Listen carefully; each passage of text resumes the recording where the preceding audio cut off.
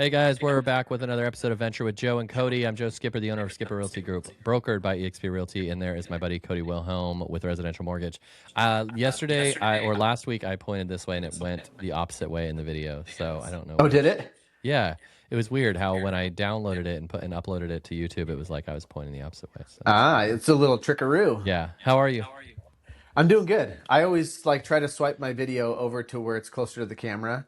I don't know if that makes more sense to be looking at the camera or looking the other way, but I see what you're saying. I don't know. One day we'll have multiple cameras so that it can change the angles and we'll have a podcast producing. Dude, we're going to have everything. Which we almost have. I'm thinking of doing our guest room as a podcast studio. Not like an in-person necessarily. It's your house? Yeah. Yeah, I was like this office is great, but it's they're kind of it's in an office facility that's not in it's just rents out individual spaces, offices. And it took over new ownership, and I'm not sure if they're going to keep me. They might want a bigger business in here rather than individual office spaces. So maybe out of necessity, maybe out of, but I think we have a nice guest room. AI is helping me kind of design it and see what it looks like, and it's always exciting to see what it could be. So so maybe you have a new design here soon. I like it. Probably later than sooner, but sure. I want to do a little echo, the padded walls and stuff. Yeah, really I need that now. I'm having an echo in my mic right now, and it's annoying. But by the time people are watching this or seeing this, I'm going to be in Arizona visiting my family and friends for the second part of the week. I'm jealous. So you're seeing a historical recording. I'll be in Arizona. Yeah. But our live stream will be in Arizona. It's like time travel. But I know I'm talking to them as if it's Friday because we post Fridays. Yeah. But Thursday will be a live stream. So anyways, it's really weird. It's people are going to have to really pay attention to track down where is Joe. I know. But yeah, that's the plan, man. We got spring break coming up, so we're going to do that or doing that right now if you're watching this on Friday. But it's fun. Dude, this year's gone by so fast. It's crazy. They always do, but I feel like this year especially, I think partly because we just didn't really have, in the Northwest, we didn't have what felt like a typical winter. We had a little bit of cold, but even the rain, we've had big, heavy rain, but not where it's just a month and a half of just rain every day. For sure. I don't know. It's felt like it's just kind of blown by, and now we're halfway through March. I know. It's wild. Crazy. I don't know when does spring officially start? Officially date-wise, is there a date? April 20th. Oh, okay. I think. Late. I feel like I always think. I know. I thought so because I thought it was going to be March, spring. but I think when I looked it up the last time, it was April 20th or April 21st. Okay.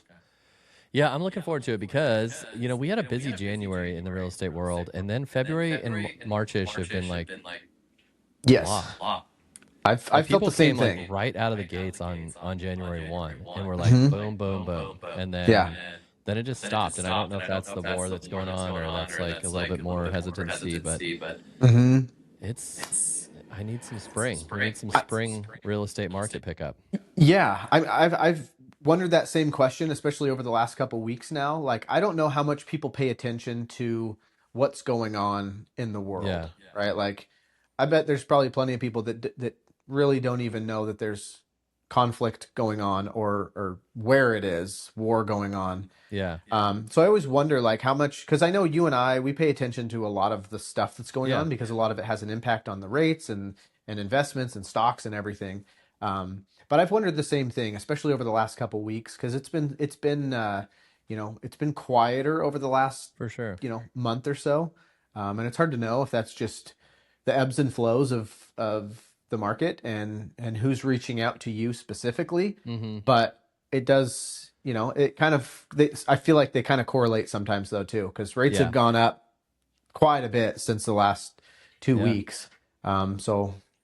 Yeah, but again, and it's not just me. Agents have been the same way. And even the active listings right now, they're what is going on with this activity? There's just not a lot. And which is typical of a winter month. But January violated that principle, and now it's like back to normal. So it's kind of all over the place. But that's been our market. That's been our real estate world for years. It hasn't followed a pattern that we expect it to follow. There's no norm.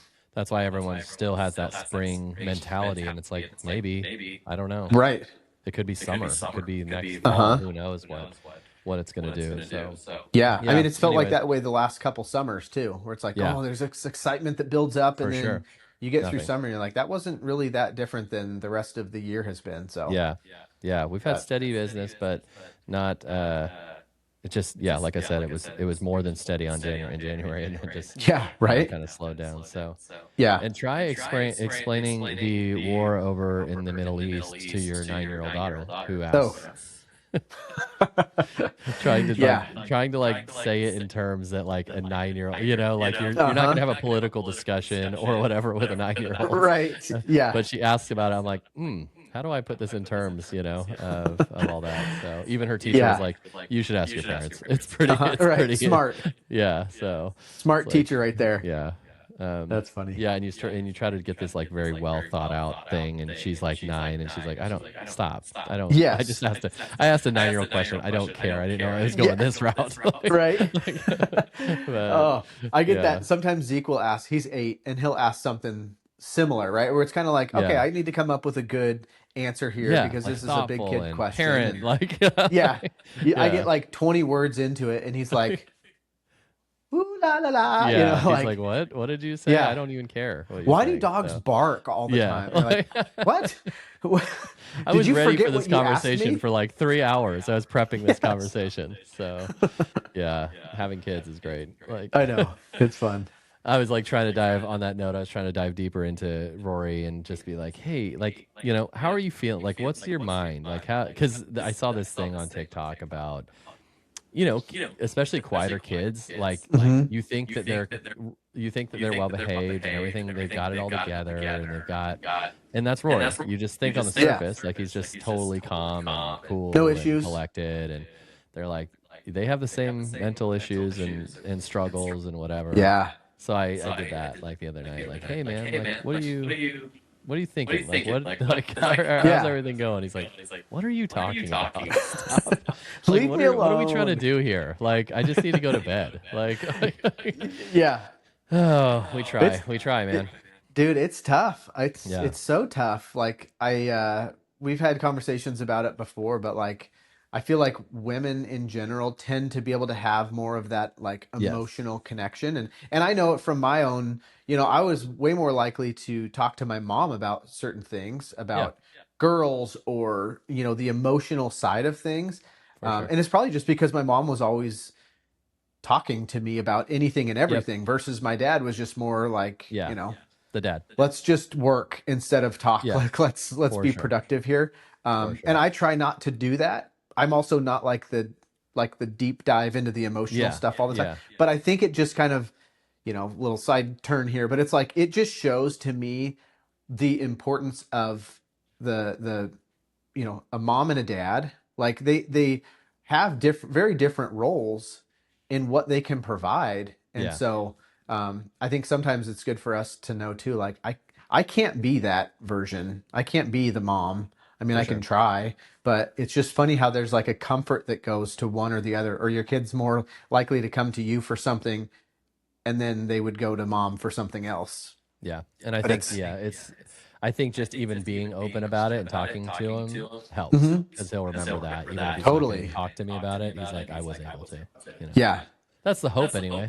I know, right? Yeah. Because my parents were great parents, but it wasn't like my dad was like, hey, how are you feeling about everything? Like, it was like, no, like what sport is going on, and like, how was practice or a game, and that was that. That's fine, So, I know, and I feel like I have to work on that too.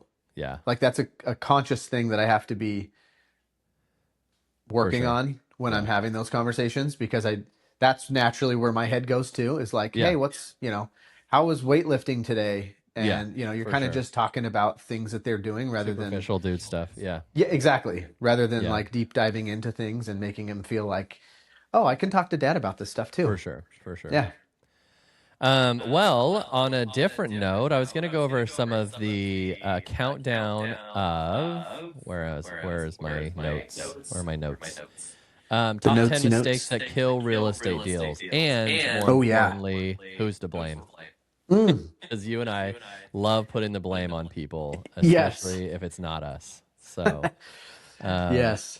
yeah, so let's just get started. Number 10 mistake is buyers making big purchases mid-transaction, say a car, furniture, new credit cards. Who's to Yes. blame, Cody? Oof. I'm going to say it is a co-ownership between the lender not doing a good enough job of saying, Yeah. like putting an emphasis on that. And I think sometimes we just assume that people know or that they would be asking for something like that. But it's ultimately on us, because I think if we as lenders did a good job and said, hey, don't do anything crazy here. If you need to purchase something out of the norm, talk to me first. Let's make sure that it's going to fit. You could probably prevent 99% of those things from happening. Yeah. And then that 1%, I guess I'd put on the buyer for not consulting and just kind of going, all right, well, hey, cool, let's just do this. But I think it's just education though. Like Yeah. some You're people just such a aren't going to know. politician. Look at you, just wanting to be a good lender. I'll fall on the sword. I think it's the buyer. You're an adult. Like you should know not to do Yeah, this. for sure. I somewhat agree with you, but I do think, obviously you should know not to make huge purchases when you're purchasing a huge house. But I guess you could argue that the lender should have told them, and if they've only bought one or two homes in their life, that's not a common place to be in. So right. And you think that there would be a little bit of wondering from the buyer side of like, I'm showing you my whole financial life here. Like, I wonder if I should check with them before I buy this new car.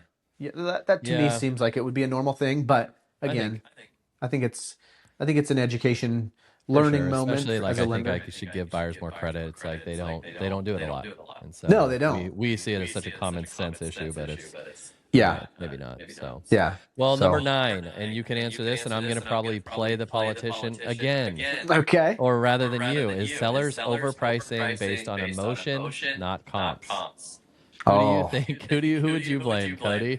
Oh, I mean, this is my own non-real estate agent view. I would blame that on the seller. Okay. That's what the stats are saying. Yeah. But I would say yes. And I hate doing this because I'm just doing the same thing you did. It's like it's on the selling agent as well. Sure. Yeah, I think obviously sellers are going to try to overprice based on emotion. That's 99% of sellers is going to do that. But it's on the selling agent to tell them what the cons are of that and why that doesn't make a good decision. And really back that up with statistics and data. So I would say that a lot of agents in this environment especially will tell you whatever you want to hear to get the deal.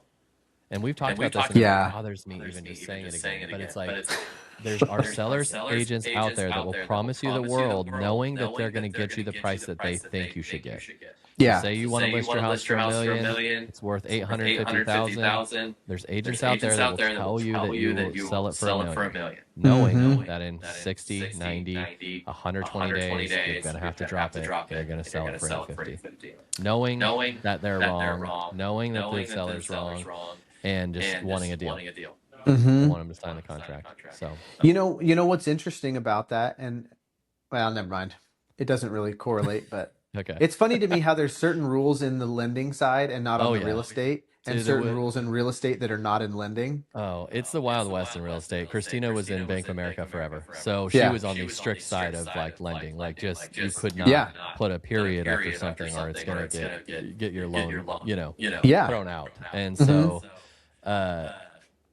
but man, real estate. I think that's unethical behavior. But how do you prove it? Like, how do you say that agent knew the price was not that price? The person priced it that way.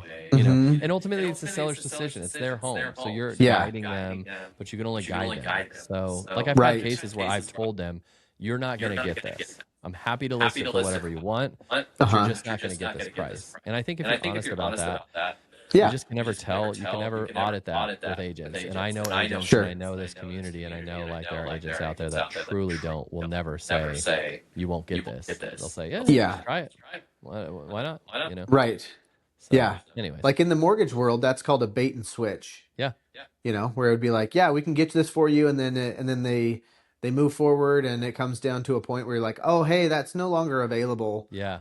So we're gonna get you this, and Yeah, that's interesting. I don't know if there's a way to do it because ultimately it's the seller's house. It's their asset and they can sell it for whatever they want or try to list it for whatever they want. yeah, and So, it's market too, right? Like yeah, there could be a person that buys it for $1 million for sure. because it's their dream home, or it could sit there for, like you said, 90 Yeah. days, 120 days, and you're like, well, this was false hope. But Yeah. that's so depends on, I guess there's a possibility that somebody buys that example for $1 million, but I don't know. It's a tough one. I think it's probably harder for you too, like seeing that and knowing that that's part of the strategy is just like, I'm going to tell you yes so that I can get the listing and do this, and then whatever happens, happens. But I'm going to just knowing that I'm going to get try to make you happy that I think it's at, but yeah. So, anyways, yeah. Okay, number 8, agents not vetting buyer financing before accepting an offer. Oh. So obviously that's on the agent. Yeah. And what that means is basically if you're representing a seller, and you have an offer that comes in from a buyer, do not verify their financing before accepting the offer. So calling the lender, reaching out, finding out what their financial situation is. Yeah. How often do you say that people do that? I would say. Do you think it's a lot, or do you think agents just kind of trust the pre-approval letter? I would, if I had to put a number on it, I'd probably say it's about 50% of the time. I usually tend to reach out at the beginning, like when I know the offer's getting submitted, if everybody's cool with it, just to reach out to the listing agent to kind of confirm that. But yeah, I'd say 50, maybe a little less than 50 actually, maybe like 30% of the time, which is usually a good sign when a listing agent reaches out to go over financing. That usually means they're pretty interested in the offer, or just at least getting the information to present to the seller. But I think it's a good idea for any listing agent, because you want to know that information, but also getting clarification that, hey, has everything been looked at, and how much do you know? Is there anything else that's left?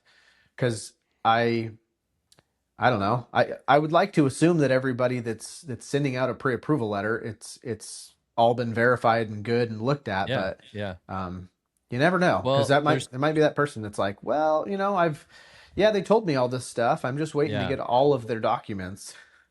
Well, there's two parts of that. One, I like what you do because you proactively call agents. Like if you get a pre-approval, if we write an offer, you're like, we're going to actually call the agent proactively, which I think goes a long way in an offer. So showing the lender is not just waiting for the call. Not that it's bad to wait for the call, but it's just taking that extra step, I think, has made differences in our deals. But what is a listing agent, when they call, what are you allowed to tell them about the client? I tell them what I have verified. Okay. And if we've got, like, I'm not telling them personal information, credit scores, or, how much money they make, or whatever it might be. I'm just telling them, hey, we've verified pay stubs, W-2s, we've pulled credit, we've ran it through the automated underwriting system. The assets are in the bank, or they're getting a gift, or I just kind of give them like a general overview on what things are looking like.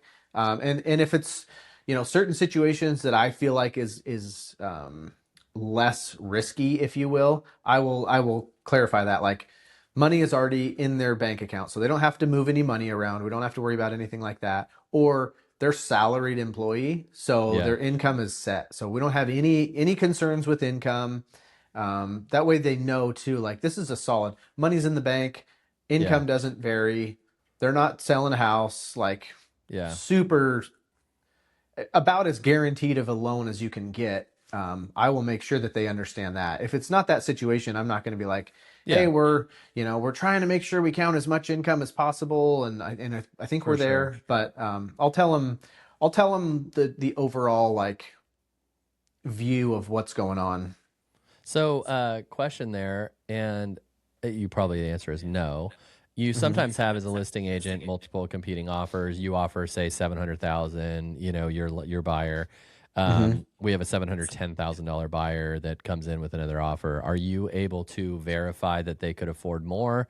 I'm probably no, but you know it's Yeah. always that weird gray area of like you don't want to push the lender. It's your client. You know Uh-huh. you've got a privacy issue and you've got to benefit them. Right. So for me to as the listing agent saying, hey, we have another other offer at 710. We haven't talked to the to your buyer, but can they afford 720? You Yeah. know, that's Yeah, probably a yeah. no, right? I would I haven't been asked that, and I I'm always want to actually ask it just because I'm like, yeah. I get that you guys all give the canned, and it's not canned. I don't want to be rude, but it's not can. I'm not meaning canned in a bad way, but Yeah, just that yeah. they're qualified. Like, they Right. can do this, they can do that. It's like Yeah. as an agent, sometimes you're like, well, we're going to counter back. Like they offered lower Hmm. than what the offer price was, Yeah. so we're going to counter back. We want Right. to make sure that they're good to take that counter, if Yeah. that makes sense. But we've Totally. never, And I'm glad that you actually brought this up because this gives me an extra talking point too, um, with the buyer and yeah, with their agent too, to kind of go, hey, I'm going to be reaching out to the listing agent, or if the listing agent reaches out to me, because when you're representing on the buyer side, it's like I don't want to I don't want to say how high they can go up absolutely. to, Yeah. because I don't want to be the one that ruins it. And they're like, "Why'd you tell them we can go up to Yes. 800? We're trying to go Yeah. in at 700." But I also would want to give that confidence to the listing agent as That they well can to do it. say, Yeah. "Yes, like they're good. They've got some wiggle room," and which is probably what I would say if I was put on the spot. Like, yes, they can go over. They do have some wiggle room. So Yeah, it's an you interesting know, one, and I don't know what your rules are, fiduciary duty to your client. And yeah. I normally see it as a listing agent and the buying agent when you offer lower than asking. So, and they're Mm, wanting, they're going to counter. You're playing yes. the game of like we're going to lowball them, see what happens. They counter Yeah. back it, but we send a pre-approval for 700,000 Uh initially, huh. knowing that we can afford up to 750. Right. So that selling agent calls and says, "Hey, we're going to counter back." I Uh don't huh. know, just an interesting topic. It Yeah, is, and it's one that I think everybody all knows the game that's played, yeah, but yeah, yet it still kind of has to get played yeah, because everybody's trying to represent their client in the best way possible. So it is a tough it's a yeah. tough It's little an interesting environment one. in that Yeah, spot where you're like, I don't want to show the cards here, like, but at the same time, I want you to know that yes, they're qualified. In fact, they yeah, could buy two of these houses if they wanted yeah. to. It's But interesting. Yeah. yeah. Okay, number 7 is lenders surprising buyers with closing costs at the last minute. Ooh, Whose that fault is this? uh in a generalization here, I'm gonna say that is probably the lender. Unless something, I can't think of what would come up that would be a surprise closing Yeah, cost. it's probably not what it's indicating is probably not talking to them about closing costs, Yeah, and that then would they be get their 100%. closing disclosure, and they're like, what? Yeah, Um, 100% on the lender. Like yeah, there should be no hidden costs, fees that should be gone through in the beginning of like line by line, if not summarizing, here's what it all looks like. Make sure you yeah. understand this and I can walk through with you. So yeah, I'd say that's all lender based. And you can give them a basic idea of closing costs even in the very beginning, right? Like obviously Yeah. things change just slightly depending on offer prices and down payments and things like that, but Yeah. they can get a good general idea of closing costs. I ask you a lot of like what their closing costs will be for buyers. We're Yeah. making an offer, what's going to be their closing costs, and you can get a good idea, right? We can get a really good idea. And we have a system that syncs up with the majority of the title companies as well. So I can get closer to the exact title and escrow fees from that too. Mhm. And then our templates that we have, it's, I mean, you're more than likely you're going to be within, if you know what the taxes are and you know what the insurance is going to be too, Yeah. then you're probably going to be within $1,000 or maybe $500 of what it would actually be, because you have your variables are really just the title company fees, maybe the appraisal fee, and then like the reserve part of it for your escrow account which is technically considered in the closing costs. Yeah. If your insurance was a lot more than what we were expecting, or, initially we're giving a generalization on property taxes and the place that you actually get under contract for is $200 more a month. Like that's where those big variations come in, is just if you're giving more of a generalized, hey, here's an example of what you'd qualify for, and then the house that they found was maybe similar price range, but just overall costs were different. That's where you see the biggest change. But the fee-based side of it, like lender fees, title fee, escrow, just appraisal, all that stuff, it's all pretty close to the same over and over and over. So yeah. Okay, number 6, buyers waiving inspection in competitive markets. Who owns that? That's ultimately it's the buyer. It's their right to do an inspection. I think the agent needs to be very careful about encouraging that. Be careful to stay neutral and or lean the other way. I generally lean the other way and tell people, look, I know you love the house. There's lots that can come up in inspection. And you may love the house now, but then if you waive it and there's a foundation issue, that's going to cost you $60,000, $80,000 when you move in. I always like kind of my disclaimer is always you need to do an inspection. If you guys choose not to, that's on you. Yeah. Are there any ramifications on a buyer with a lender? Do lenders require it? Nope. Okay. There are certain, like the Washington bonds, the down payment assistance FHA program, or some sort of ones require. Certain programs might require it or not. Yeah, no, none of the main ones require them. Okay. But like down payment assistance programs, some of them will require them. Like we don't have to get the inspection. We just have to get receipt that an inspection was paid for. Okay.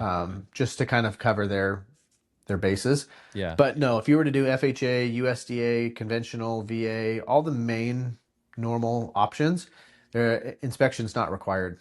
Okay. Which is kind of, I guess you would think that they would want that, but maybe that's just overstepping. Yeah, I think it's always like the thing of don't ever show a lender your yeah. Oh man, dude, the first loan I ever did, I'll make this quick. Oh no. First loan I ever did. My processor at the time, he was a younger guy and fairly new at it, which is not a good combination to have a newer processor and a new loan officer. But I got the inspection and I was like, hey, should I send this to you? Or like, I don't know what I'm supposed to do with this. Yeah. I didn't have a great management system there to walk me through any of this stuff. Yeah. And he's like, yeah, I don't know. Just send it to me and I'll find out. Well, he put it in the file. And then the underwriter looked at it, and there was like a termite inspection on there. No. And luckily the termite people went out, or they were able to write us a letter stating there was no issues and we're good to go. But it was like, lesson learned. I never want to see an inspection report. I don't care. Yeah, never good. Yeah. Well, I think let's do this. Let's do this a two-part because we've got 5 more left. I don't want to go like too long. We're about 30 minutes. Yeah. And I know our viewers have a short attention span with us. They do. Let's stop this one. We'll do a 2-part series and we'll just post one this coming week and one the next week. So I like it. Let's do that. So we'll talk next week on the top 5 deal killers or potential deal killers. Right? Killers. I like Isn't that it. what it's called? Deal killers? Top mistakes. Sorry. Top mistakes that kill real estate. Okay, we'll continue in a second. We'll talk soon. Awesome. Sounds good. Okay, bye. All right, bye.